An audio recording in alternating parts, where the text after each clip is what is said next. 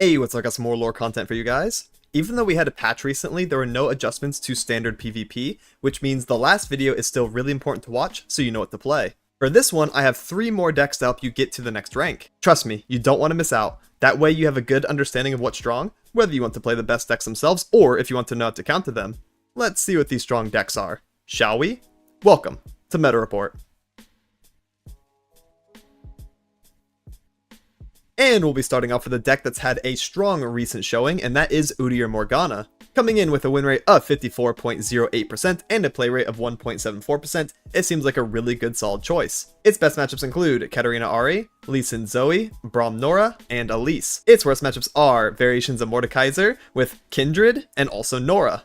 So getting into the list specifically, this is a pretty cool wombo combo deck that wants to play around these stance swaps and all the value that comes from them. So stance swaps are the Udyr card, it comes with the Udyr package, right? You get Vulpine Wander, who's also part of the Udyr package, makes you a stance swap, and then you can buff up your dudes, make them big overwhelm finishers, give them regen so they're healing after every combat, really strong stuff like that. And then Udyr, whenever he strikes, he generates a new one or makes one that you already have free, and then you basically just evolve him or level him because you are playing multiple stances over the course of the game on multiple things, and also double casting them onto the Bladebound Berserker, who I just mentioned. Basically you put a stance on another unit and then she'll copy it onto herself, and that's 2 of 3 for Udyr right there as soon as you use your first one. So if you just use another stance at any point, then he's leveled, he comes out, he's big, you can put Overwhelm on him, you can double cast Overwhelm on him and on her, and then you have just really big 1 or 2 card win cons that you're trying to play around. It's sort of like not a one-man army deck, but it's basically you set something up and then you use it for all of your pressure, and then you win combat over and over until you get lethal. What's really cool is a little bonus side note, while you are targeting your allies with stance swaps, you're also passively leveling Morgana as well. She can come down on turn 5, stabilize while you are behind against an aggro deck, come down, get the lifesteal, shackle something, make your opponent have to spend mana to get their unit back, things like that. But yeah, as you're double casting with the Bladebound Berserker, you're also getting just turbo ramped leveled Morgana, so this deck can reach into the mid-late game pretty well and then also be a secondary win con for you. Overall, the deck really cares about, again, setting up 1 or 2 units and then just stat buffing them, protecting them, and using strike spells to whittle down the opponent's strategy and keep their board nice and clear. And that's it for the deck rundown. Now here's a live commentary game so you can see how the deck plays out. I'll be giving context while I'm playing certain cards, and hopefully it gives you a good feel on how to play the deck. And for this example game, we do unfortunately have a variation of Mordekaiser, which is one of our bad matchups. So we're going to be having to play through that. I do like Scholarly Pioneer because they are playing Aatrox too, which means they could have some weapons and things like that. They're probably at least running the 1 mana Shadow Owl's weapon, so I kind of want to keep him and then mulligan away the rest. Some really important stuff to look out for in the early game, is the Omen Hawk, the Broadwing is really good, the Yadulski, things like that. And then also some buff cards. The most important thing in this deck is just having a variety of tools at its disposal, right? That's a classic Demacia Freljord combo, strategy. Ooh, and we got Yadulski on attack too. Let's get that down, and then maybe we can have a strong turn 3, turn 4 curve with some buffs. That would be nice. But yeah, we want a combination of a couple units, a couple buffs, a strike spell or 2, and then we're pretty much good to go. Glare is fine. We will only be poking for 1 damage, but that doesn't really matter. What matters is getting the effect off, and then using that momentum to carry some mid-game pressure.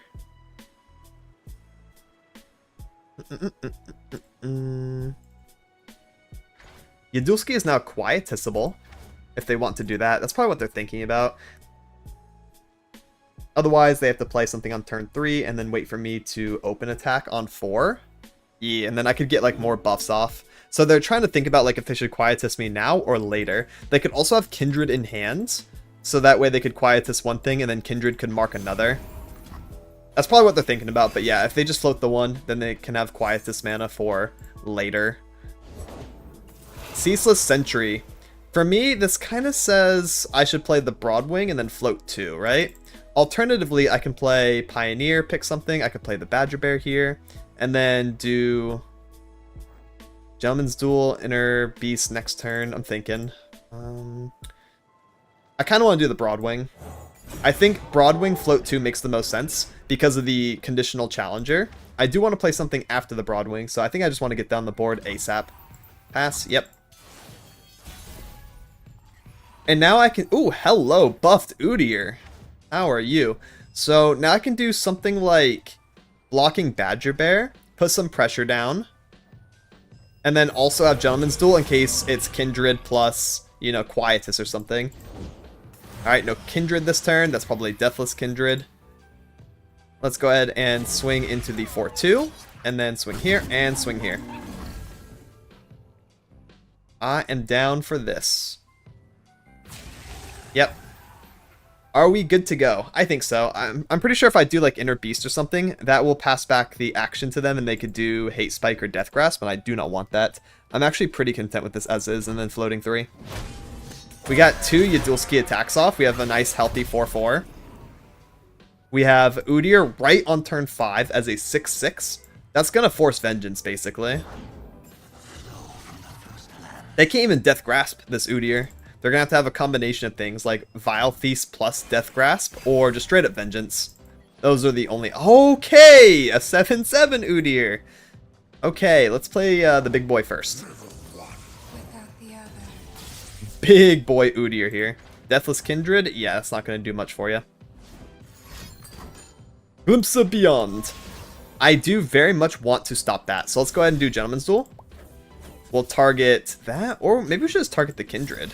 What happens here? Kindred will still mark... This is perfect! Watch this, guys. This is a wombo combo the century. So, we're going to pick Kindred here because she's going to revive with Deathless, live with 1, but we're going to get a stance swap that costs 0, and we're going to ram. We will ram the 0-1 and the Kindred. Again, just wombo comboing this turn, and there's not a lot they can do for 1 mana. If I was playing a bit too quickly, I think I would have tunnel visioned on just stopping the draw. But we have such an efficient way to kill Kindred this turn. Alright, my action, ram stance. Let us target the Udyr. Actually, it might be better to target the Badger Bear. I don't want Badger Bear to go to 3, because then he dies to Hate Spike. Whereas, like, the difference between Udyr at 5 and 4 HP is negligible. Does not matter. There we go, and the Badger Bear will now live. Look at that. Alright, now we can... Vulpine, open. I kind of just want to open attack, to be honest. This is pretty nice. Send it. And then we're going to get the Vengeance, right? Oh, Death Grasp. Yeah, there it is. Sure.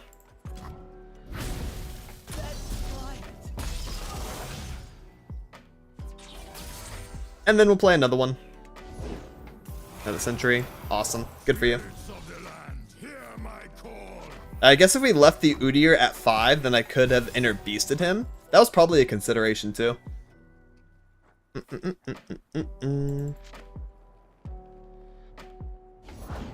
Aatrox. Hello. Hello, Aatrox. That is a big boy. You know that?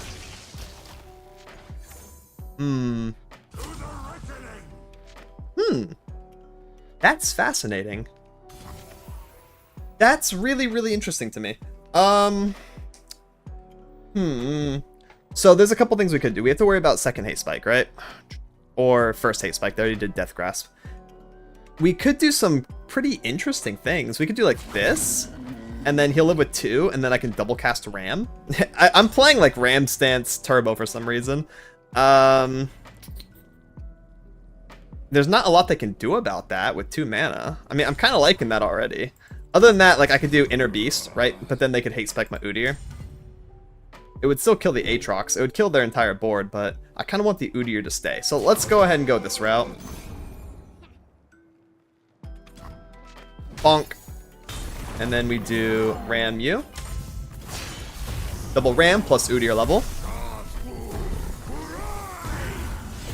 Hey, listen, I'm just a big fan of the Ram stance.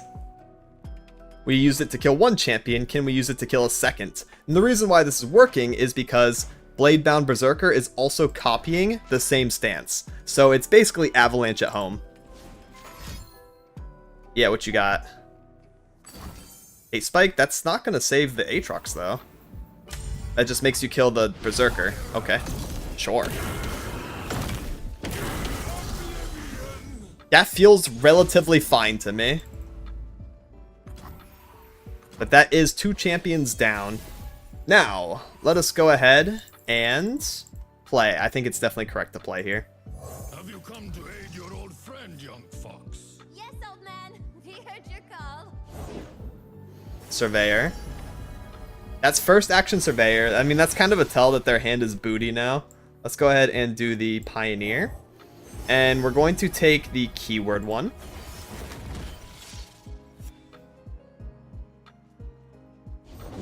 A second Surveyor. Yeah, okay. Yeah, their hand is kind of scuffed now. Cool. Let's go ahead and put Overwhelm on you. For now.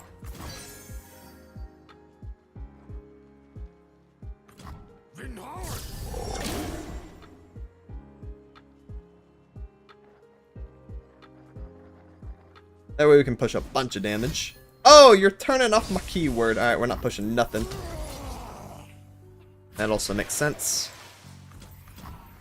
I kind of wish I had, like, big removal. Because I'm a bit worried about, like, Mordekaiser or something. Or just, like, one big dude. Or, like, a Darkin. Fading Icon, that's fine. That's okay. Not a big deal at the moment. Could do a pretty early ram. I have another way to get to stance. I have another way to discount stance. That's fine too, yeah.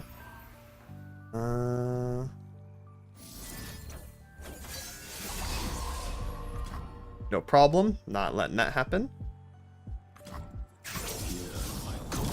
Oh wow, that actually gave me their spider too. That was a bit goofy. Right. I can also pioneer this. I'm gonna grab the weapon one. I know they're not running landmarks. I already have a keyword one. I do see a weapon there, and I'm not happy about that weapon. So, just have it in the pocket. Sure. This is fine. I don't think they have Vengeance then. I'm pretty sure we would have gotten the Vengeance already, you know? So let's do this and that, and then send it. That's threatening exacties. Alright, nice, we got it. I could have played a little bit more aggressive. I was kind of worried about Vengeance a few times.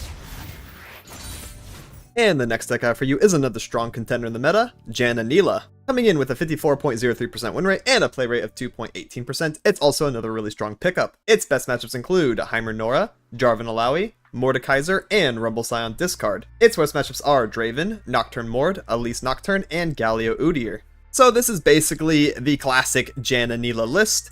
It's running all the same stuff as per usual, except no Temple. I think this is because the deck doesn't really need Temple. It has so much innate draw, so much innate updraft, that it's absolutely ridiculous.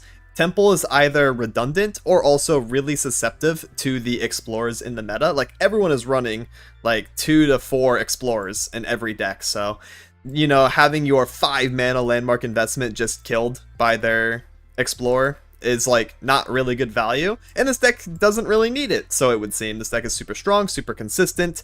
It gets to all the pieces that it needs to. It has a lot of really strong early game stuff. It's got mid game stuff. It's got late game stuff. It still has Ruin Rex. Doesn't even need the Temple to do it. Just boom, boom, boom, big cannon barrage. This card first, you know, saw some action in the Ezreal variation of Nilah, so it's pretty cool to see here too, because you can just get like a strong updraft setup play, like Janna right on 4, and then Ruin Rex is gonna come down, you know, do some cannon barrages, blow up the enemy board, and then that's like a really good swing for your tempo, basically carrying the momentum into the mid game for you right after that, because you get a nice body too, and it's really hard for the opponent to come back from, especially when you're also whipping out removal spell, you know, removal spell. So yeah, this deck is like it's a pressure machine, basically. It just draw, kill, and then the opponent has nothing, and you are hitting their face for like 16 damage out of nowhere, and plenty of options for direct damage lethals as well, via comboing Divine Whirlwind and Mystic Shot together, so really, really cool, really neat. Would recommend picking this up. It's really fun, like, and I don't even play this deck, and I think it's pretty fun, so I would definitely recommend giving it a try if you haven't already. And that's it for the deck rundown. Now here's a live commentary game. And for this example game, we're fighting Janna Pantheon. So another variation of Janna, which is interesting. I think I want to keep the Cloudwinder. I like that guy a lot.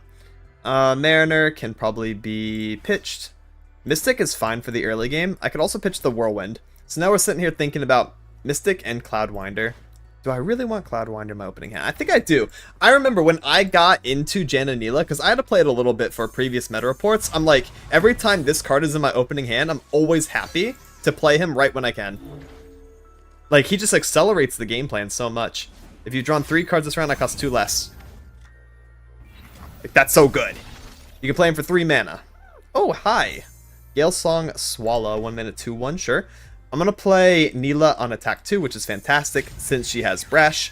She's a little hard to deal with and block in the early game, and I can get my Slipstream in top 6. That way I can start turbo drawing later, and then activating my Ruin Rex and my Cloudwinder. So let's go ahead and do that. Joy, unbound and everlasting. Yeah, set up a 3 HP blocker, I dare you. Oh, you did! How did you manage that? Too bad for you, I have Formless Blade in hand, and I will use it. Don't you block with that... Alright, you blocked with that youngling. Now you will be punished. By second Nilah. The whip punish. Hey, yo, me next? Me next, Nilah? I'm just, you know. I'm kidding. Or am I? So, let's go on into the next turn. We do have a Slipstream coming up soon. There it is. I cannot believe that was on top 1. I think I'm just going to float this turn, though. Shield Vault. Mystic Shot. How about that? And stun this turn. Interesting. Sure. So far, we are just punishing all of their, like, interactions, right? Sit back, punish with a reaction. And this deck can do that very well. Let's go ahead and get the open in. I want my guaranteed 2 damage and another Slipstream coming later. Wonk. I want to do Pull Shark here. Pull Shark. And I guess that's it. Pass. Now we can do some really cool stuff. We're going to get the extra draw from Pull Shark, right? Yep. Then we can do like Slipstream, Ruin Rex, and just pop a bunch of cannons. And that's what we're going to do. Watch this. Ready, guys? Wombo combo. That ain't Falco. Ready? That's 4 Ruin Rexes. I could even do another one if I wanted to, but I'm not so sure I'll need to. Let's go! Wait, is that actually... That's almost perfect. Good targeting. Gonna put the Youngling down to 2. We are threatening the Pantheon. I can also do a Mystic. I'm gonna lose my Vikrash and my second Nilah. I guess that's like the downside of this, right? But maybe worth. Maybe worth. If we get away with this scot-free. We did! Goodbye, Pantheon. Nice knowing you, bro.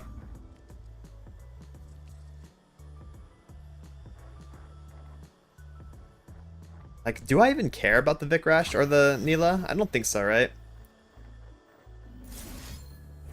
Let's just try to finish that off with a Mystic. We are going to have to be the one that's proactive here because I don't want to accept that pass and then discard all my cards. I'll tap to 0 for this.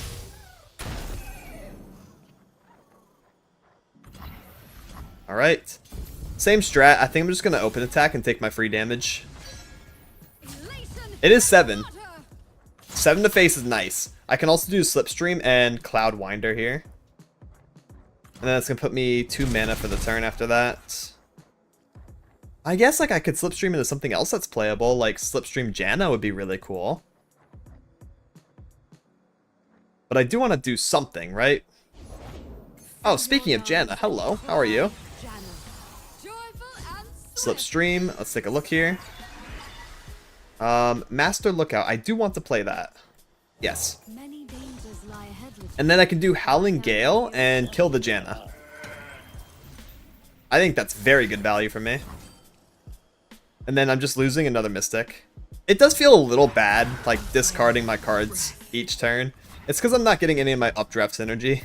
But that's alright. They have nothing. Okay, they now have something. They have cards now. I forgot about the Janna. Divine Whirlwind for 6 is not very good.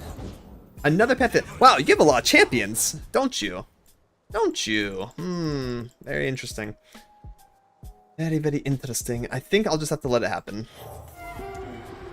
Let's get that Cloudwinder out here. I think I'm going to play the Windborn Mariner as well. And I'm just going to open attack. I'm not going to spend an action playing this for free next turn. I don't need to. I can just set up full attacking board and then send it. And I can also do this. You think they have a buff in their hand, though? Of some kind? I mean, that would make this kind of annoying. And you can also have this. Yes. This is the best for me if it works. Okay, it worked. That also puts me up an additional attacker. Nice. This Pantheon's so far from leveling, I guess none of this even matters. Get that Nilah level. Yeah, I'm just playing like consistent mid-game pressure every turn. Just pressure, pressure, pressure. That's my main priority and my main thought process here. We can threaten a lethal right now though, like pretty easily. We got the Eye of the Storm for extra damage. We have Divine Whirlwind for extra damage after. We should be A-okay. There's not a lot they can do. We've already entered the combat. So it's like, Hush, sure. Like, still dead blocking most, right? Yeah. If they try to block the Ruin Rex, they would still be dead, so. We overkill them. No problem. Really good momentum from our side. And for the last deck, yes, Lurk is doing good again this patch. It had like a sub 50% win rate last patch. I didn't want to cover it. Even though it was very popular, it's still popular and it's doing good again. So here comes Lurk with a win rate of 52.9% and a play rate of 2.53%, taking a little bit of an early hold on the meta. Its best matchups are Nocturne Morg, Kayle Lilia, Akshan Udyr, and Ryze. Its worst matchups are Rumble Scion Discard, Elise Aggro, Kayn Aatrox, and Kindred Nora Mord. So I have covered Lurk, I think. Listen, I actually lost count at this point. I believe it is like upwards of 8 or 9 times. Alright, so we're going to blitz through Lurk. I don't know what is going on with the Dark and Harpoon. Sometimes Runeterra AR, which is like the stats website that I get these decks from, just have like some crazy cards out of nowhere, some crazy tech options. So, you know, that means some people out there are experimenting with it. So at least it's a slightly different list than usual. We have triple Jawfish. We have a Darkened Harpoon. I mean, hey, that's spicy. I don't know if I'd recommend it, but it's here if you guys want to try this version of Lurk, which is the most recent version on Runeterra AR. It's also funny because sometimes I record these videos where like there hasn't been a lot of games played yet. So there's like this one person that's really just like trying some goofy cards and then it appears on the meta report. So that's probably what this is. But hey, you know what? Ibaros, I'm here for it. Maybe he's going to pop off and carry the game for me. This could very easily be one of Riot Negation and you're good to go. This could be the Ruthless Predator and you're good to go. But hey, we have Dark and Harpoon, guys. We're cooking, all right? Lurk players are adapting, they're evolving, and they're overcoming. This is an absolutely insane list, guys. You have to try it. Ibaros, it breaks Lurk even. So, yeah, that's it for the deck rundown. Like, it's Lurk for the ninth time. If you know Lurk, you know Lurk. If you don't do it. Here's a live example game. And for this example game, we have Jace Lux, another very strong deck. I'd like it to be a little bit better so I can cover it. I love Jace Lux, actually. Like, the wombo comboing of Lux Laser double casting with Jace level 2 is actually so fun. I never get to do it, though. Sag. So we have Sharkling on 1. We love that. Hammer Snout. Let's get rid of both of the Zercerets. We're attacking on odds. We're Lurk. We love that. We can proc Lurk right on turn 1, and there's nothing they can do about it. Quite literally nothing. So let's send the Shark. And we hit Lurk. Let's go. We know that Ibaros is not on top.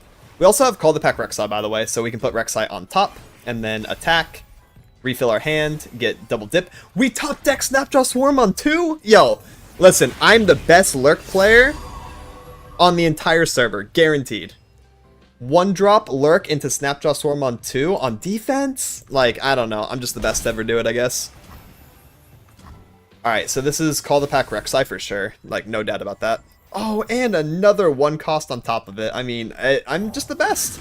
What can I say? I'm actually going to do this first because they could play the 2 dad bods. Yep, those are the guys coming out. Love that. And then call the pack Rek'Sai. That way we can contest the board. Get their mana out. Take away these blockers.